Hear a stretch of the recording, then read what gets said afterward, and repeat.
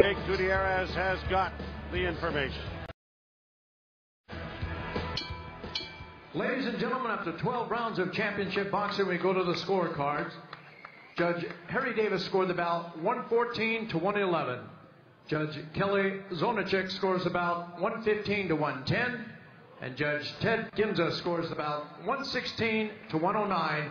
All for the winner by unanimous decision. And new WBO Junior Bantamweight Champion, Marvelous Marvin Sansona! The deductions were huge, but I did not think that it was that. That's crazy. That was like a one-way fight. Yeah. But obviously those 2 points were huge. But I would have scored that a lot closer the way you did. Yeah, I had it 114, 113. I only deducted 1 point. I only deducted 1 point on it. So even if the referee had ordered me to take away, would have left me at 114, 112, which surely was indicative of the style of fight we have. And that's with Sansona coming on to win the last 2 rounds. And I also gave Sansona a 10-8 round in the 4th. So it's a difficult fight to score how close it was. They're dancing in Manila and in General Santos City in the Philippines as Marvelous Marvin Sansona has become the youngest ever Filipino world boxing champion. He is now the WBO Junior Bantamweight Champion of the world as he takes the title from Jose Lopez in a marvelous 12-round bout here at Casino-Rama. And an exhausted Marvelous Marvin Sansona in the ring.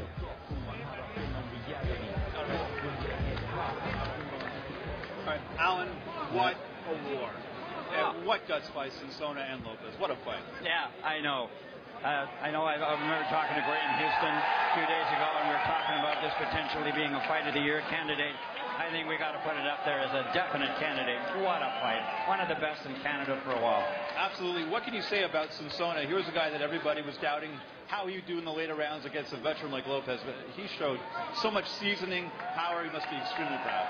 Well, 150 amateur fights where he just dominated the amateurs in the Philippines comes with that pro package. In combination, he delivered what we thought he would deliver. We thought he might even take Lopez out, but he's a great champion with a tough chin, and everybody should recognize that he is a great champion, and Sansona beat one tonight. Absolutely. What a warrior Jose Carrito Lopez is. Alan, what is next for Marvin Sansona?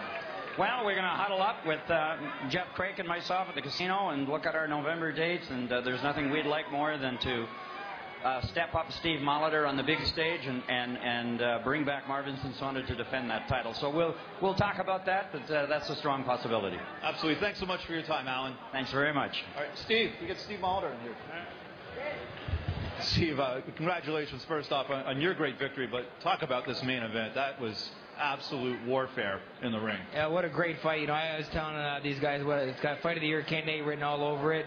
The kid, you know, he proved everyone that he is what they said he is. He's a big puncher. And, you know, what surprised me in the later parts of the fight, you know, he stood there and outboxed a guy who was supposed to wear him down and beat him. And he handled everything Carrito threw at him, like the low blows, everything in stride. He didn't panic, and he kept his composure. He took the big shots. He got cut. He took the low blows. He was a seasoned veteran in there, and I was really, really impressed. Thanks so much for your time, Steve. Awesome job tonight. Thank you. Well, it was a memorable night, Russ. It was a great fight. It was a great fight, and I'm so glad that we got a chance, because in Canada you don't get to see this weight class often, and we got to see how great boxing can be at such a small weight. These guys delivered. All right, and so for Russ Amber and Steve Molitor, Jason Abelson, Joe Bowen bidding you good night from Rumble at Rama 9 at Casino Rama.